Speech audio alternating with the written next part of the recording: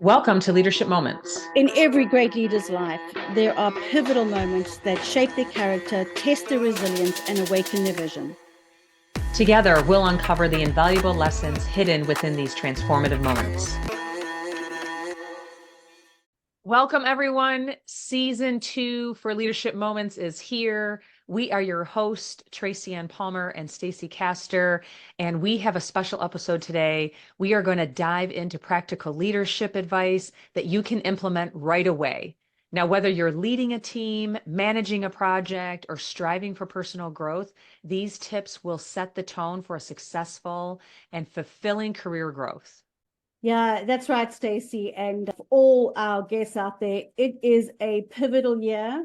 All of us need to equip ourselves with the latest trends and strategies to navigate the challenges ahead and the opportunities. Yeah, that's such a good point, right? It is so important to know the latest trends and what's going on. Tracy-Ann, what do you think will be a focus area for leaders going into 2024? You know, Stacey, one of the key trends I noticed was this rise of this hybrid work back to the office and remote.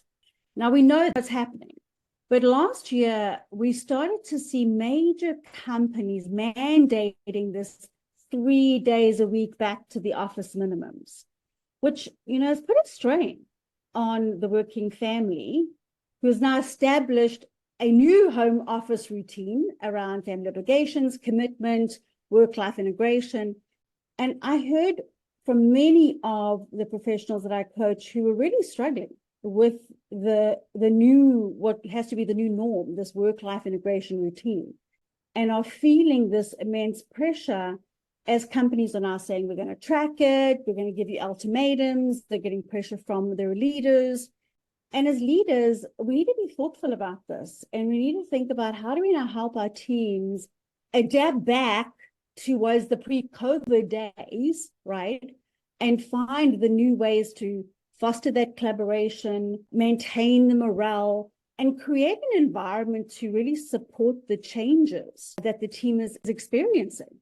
It's absolutely fascinating how workplace dynamics have evolved. And it's been a little bit of back and forth, right? We're going back to work. We're not going back to work. We're going to be hybrid. We're not going to be hybrid.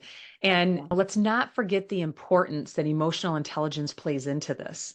Leaders who prioritize empathy and understanding saw significant positive impacts on their teams through it all, back and forth as we've gone through it. 100%. And Stacey, with that, I'm kind of curious, what do you think will be the pivotal skill needed going forward? Absolutely, agility. We talk about the back and forth of how things change. The business landscape is challenging. It's changing rapidly, and leaders need to be agile. It is not going to slow down. It's only going to get faster. That's just the way the world is working. So understanding how to quickly make decisions, own those decisions, and then be adaptable to new situations is definitely going to be critical. For sure. Let's provide some practical advice for our listeners. So Tracy-Ann, what's your top leadership tip for 2024? Mine is leaders need to invest in continuous learning. We have so much coming at us. AI is going to, again, change the landscape of the future in terms of how we work, how we play, and also innovation, technology. And the most successful leaders are going to be those, who are staying curious, who keep learning, who keep adapting to those changing landscapes. It's not just about the business today, it's also about how is the business evolving and are you keeping up with the pace of the business? I would also say leaders need to encourage that culture of continuous learning with their teams. This involves staying updated on your industry trends, be an expert in your industry, adopting to all those new technologies that are supporting the work you do on a daily basis, fostering an environment where innovation is welcomed. You want people to come and give you their new ideas, based on, we have incredible talented people. You spend their time building things at home, or engineers. Find out what are the things that they are innovating and thinking about and bring that into the business. Yeah, I would say don't underestimate the power of effective communication. Yeah. Whether Mhm. it's with your team or with stakeholders, clear and transparent communication builds trust and it fosters a positive work environment. Transparency is key. Yeah, it's really interesting you say that, Stacey, because just yesterday I had a call with one of my clients, and their focus is going to be communication. It's the cornerstone of great leadership. It's the glue that holds it all together. And we know, every project, any bit of transformation that's ever failed, the number one key is, the breakdown in communication. Transparent and open communication will build the trust you need, foster that collaboration, and really ensure that everybody is on the same page. And I know this is an area, Stacey, you got a lot of experience in. What are some of the practical tips that you have for some of the leaders on the call with us today? Right. First and foremost, active listening is key. Leaders should always encourage open dialogue, provide regular feedback, and choose the right communication channels for different situations. We actually have a 15 item list that helps leaders consider this. And we'll put the link in our notes here so people can download that after they listen to this if they'd like to. But I'll quickly run through them for you. So the first one is establish clear communication channels, right? You need to be very clear. When do you use SMS? When should you meet face to face? What does formal communication look like and when should you use it? Number two, regular team meetings. You need to schedule time to actually say, when are we going to talk about goals? Be very clear on when those meetings are and having them as a regular cadence. Set clear expectations. You need to clearly define roles and responsibilities. Who owns what? What are your expectations of each person in these situations as you work through things? And Stacey, You just on that one, I've seen that is a weakness in many environments. So I would just stress that one. Yeah, that's a really good point because we make assumptions that people understand. Like, Yeah. okay, your role is project manager. So we think that people understand what their expectations are, and it can never hurt to go through those expectations. Yes, that's Very right. true. Number four, utilize project management tools. So leverage the tools to track the progress. Make sure you have some KPIs and define your success metrics. So when you have success measures, you understand, okay, are we succeeding or not? Do we need to pivot or not? Having that clear understanding is really, really important. Number five, provide constructive feedback. Regular feedback, positive and constructive, is so important. Not only does it build the communication and feedback and transparency, but it will help you learn and grow as a team together. Yeah, I just want to make a comment about that too, Stacey. I have heard so many leaders say, I don't get any feedback, good or bad.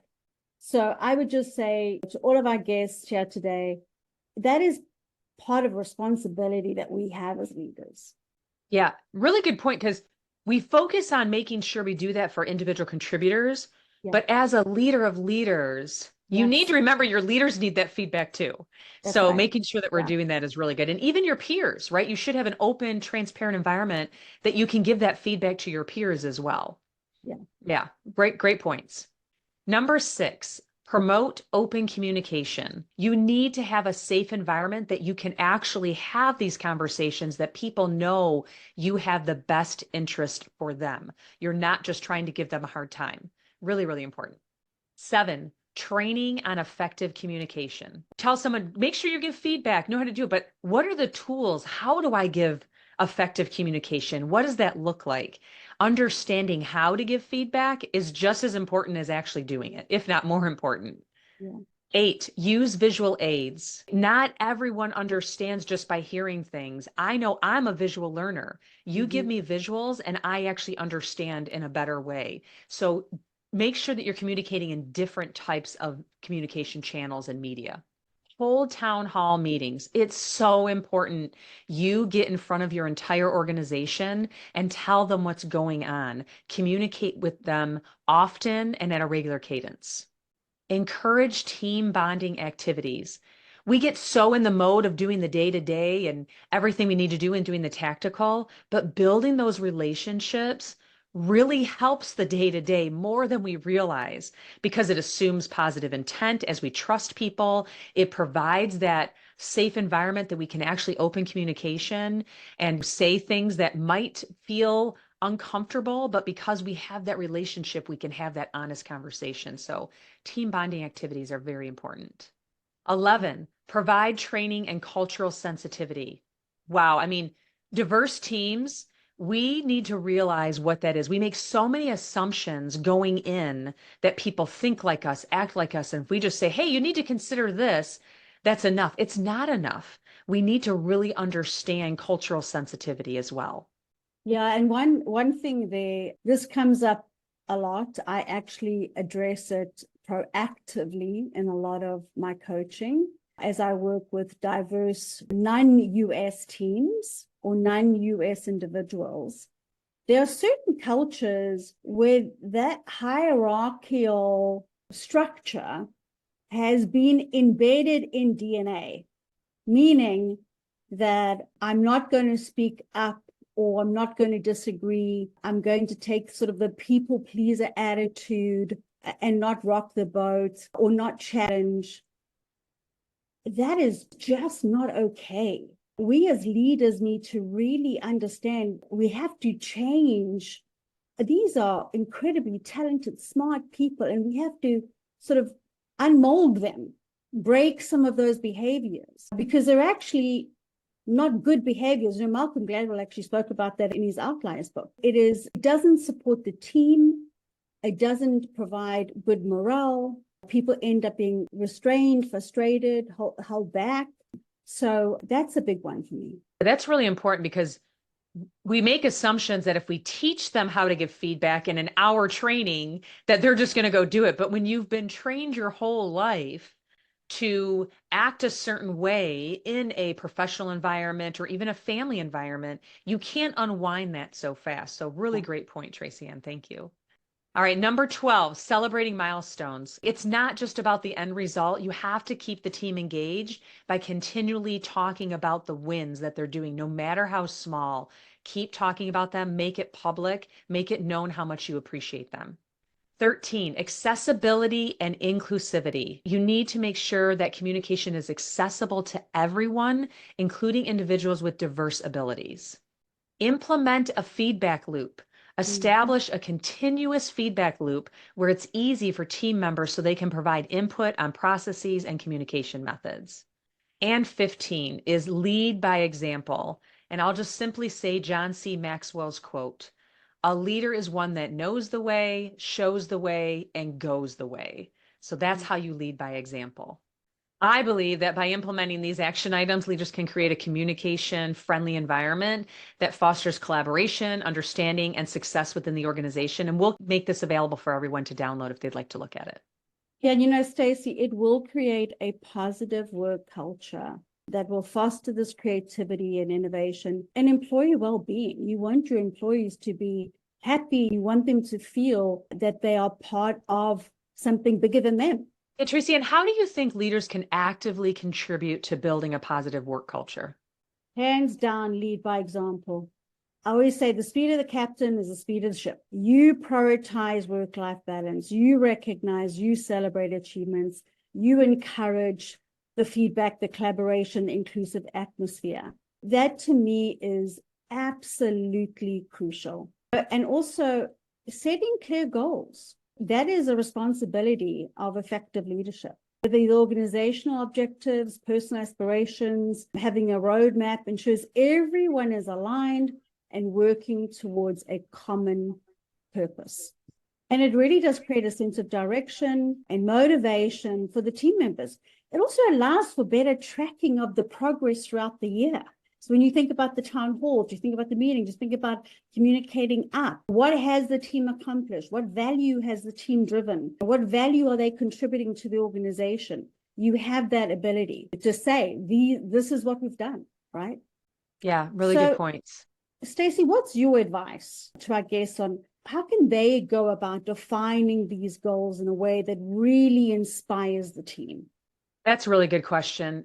It's so essential that you build the goal setting process with your team. If you go do it in a back room and then bring it to your team, they're not going to be willing to do it. You have to collaborate and foster that sense of ownership, making everyone committed to the success of the objectives. You know, in the dynamic landscape of today's business world, leaders are facing unprecedented challenges that demand resilience, focus, and an outcome-driven mindset. So the pressure to deliver results has never been higher, making it imperative for leaders to adopt an outcome-based approach overall. Yeah, and we've identified 5 practical ways on how you can all navigate this journey and really steer your teams towards success. Number 1, understand the business inside and out. To become this outcome-obsessed leader, you must know the details. You must delve deep into those intricacies of the business. You've got to understand, what are the core functions? What are the key performance indicators? What is the overall organizational ecosystem? The other areas is, what is driving success within the pillars of your organization?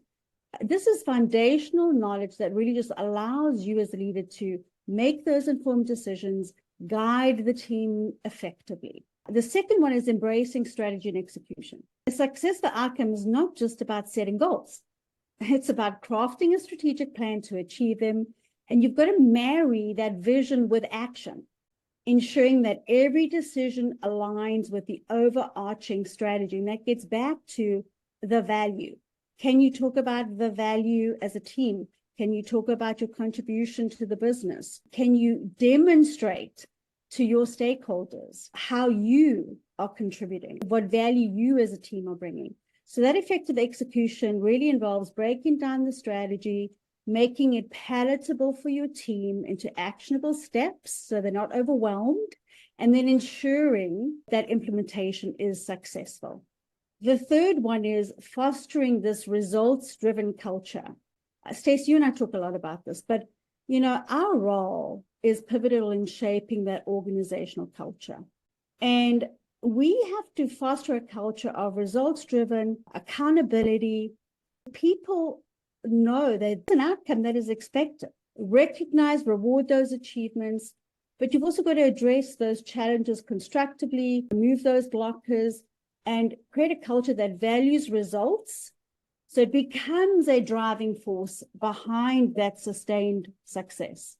The fourth one is this concept of operationalizing effectively. So when we think about, and I've seen this in so many transformations we've done, as you dive into the details of the day-to-day operations, you have to understand the nitty-gritty of how the tasks are executed. It's not that you need to know everything that your teams do on a day-to-day basis, but you've got to understand what takes time, what creates bottlenecks, what processes are optimized, what ones aren't, so that you can help your team more effectively and be more of a well-oiled machine and guide your teams towards that efficiency and that excellence.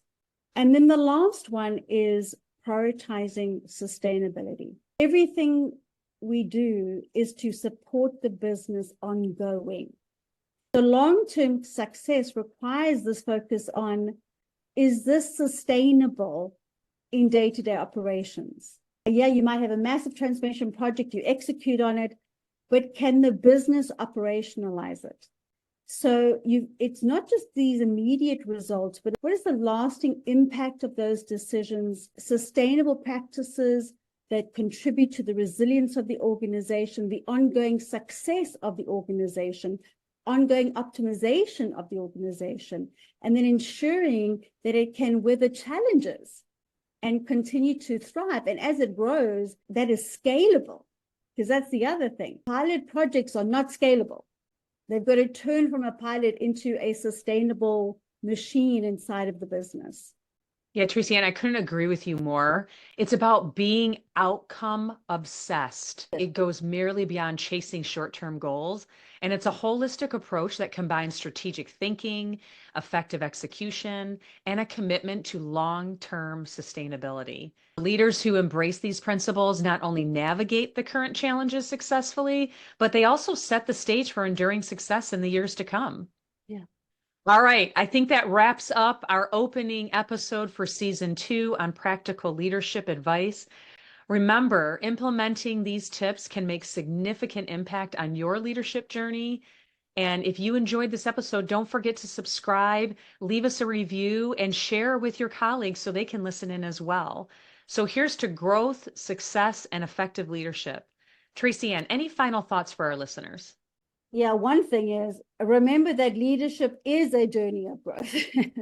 We're always learning. And if we think we don't have anything to learn, then we need to rethink that. Staying agile, prioritizing this diversity and inclusion. And what I mean by that is the experiences and the backgrounds of the whole team so that you can really make sure they're all contributing to the levels that they have the potential to. Invest in continuous learning. Communicate effectively. Communicate. We always say communicate always and often. Don't take that for granted. And then lastly, here's to impact for leadership, and together we can make a difference. Thanks, Tracy-Ann. And everyone, all the listeners, don't press stop yet. We have a special ending here for today. So if you listen to the last episode of season 1, we talked about how Tracy-Ann wrote and recorded her first song. And so we're going to end today's episode with that song so you can listen to it. Before we play that, Tracy-Ann, can you tell us a little bit about the name of the song and where people can download it so they can listen to it on their own? Yeah, thanks, Stacey. So it was a lifelong dream to achieve this. Let's hope the next one doesn't take as long. 53 years, here we go. But it's Ignite the Warrior. It can be found Spotify, iTunes, all of the major music platforms out there. And I just hope that you're inspired by it and enjoy.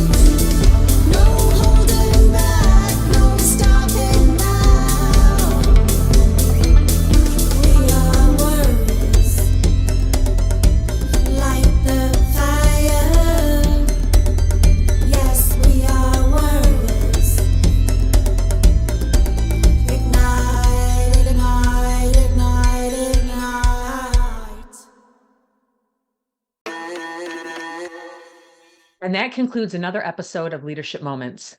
We hope you found inspiration and valuable insights in what we shared today. Remember, leadership is not defined solely by titles or positions, but by the choices we make and the moments that shape us. Embrace the challenges that come your way. They may be the very moments that propel you toward greatness. We'd love to hear your thoughts and stories as well. Connect with us on our website at leadershipmomentspodcast.com or through social media on Instagram at tap_be the game changer. And Stacey Caster _. Remember, your leadership moment could be just around the corner, waiting for you to seize it. This is Stacey Caster, and what doesn't challenge you won't change you. This is Tracy-Ann Palmer, and be the change you wish to see in the world.